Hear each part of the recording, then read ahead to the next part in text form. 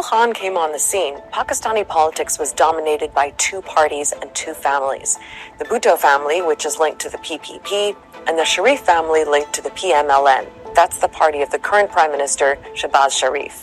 For years, the two sides have been alternating in power, a pattern that Khan was determined to break. To demolish what he called the grip of dynastic politics in Pakistan. He's very popular among young Pakistanis who do not see the old guard as being representative of their ambitions and aspirations. He's also popular among middle and upper middle and elite classes. They are of the view that Pakistan have been harmed by the politically corrupt elite for too long, and Imran is our hope. Now there's another layer in Pakistan's politics that you need to know about, and that's the military. Since Pakistan's independence in 1947, there have been several military coups, and generals have ruled directly for 33 years in total.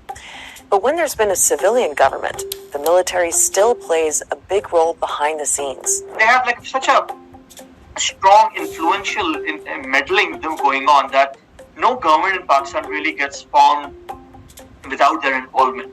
And it seems that was also the case for Imran Khan, that the military was pretty influential in his rise to power. This is something which is acknowledged by the military leadership of that time. People who have subsequently came out after the retirement and acknowledged and confessed that yes, we have helped Imran win. And Khan actually sold himself as a candidate who could work with the military. They were seen as being on the same page. The constant struggle and tension between civil and military establishments in Pakistan was something that people expected would end with Khan coming into power. But it didn't. Here's what happened. So it's 2018, and Imran Khan's just been elected prime minister. It was actually a pretty contentious election, and his political opponents accused him of fraud. But Khan was popular, and for a lot of people, it felt like a fresh start. Remember, his big thing was tackling corruption, something he said was at the root of most of Pakistan's problems. So he went on a massive anti-corruption drive. Many politicians and government officials were arrested. Khan's supporters approved, but his critics said it was one-sided and that he was only targeting his political opponents, though Khan denies that. Order in the house, please. Another criticism was that Khan's approach created a kind of vindictive and divisive political atmosphere. He made compromise a bad word. You were all in with Khan or you were anti-Khan for whatever reason.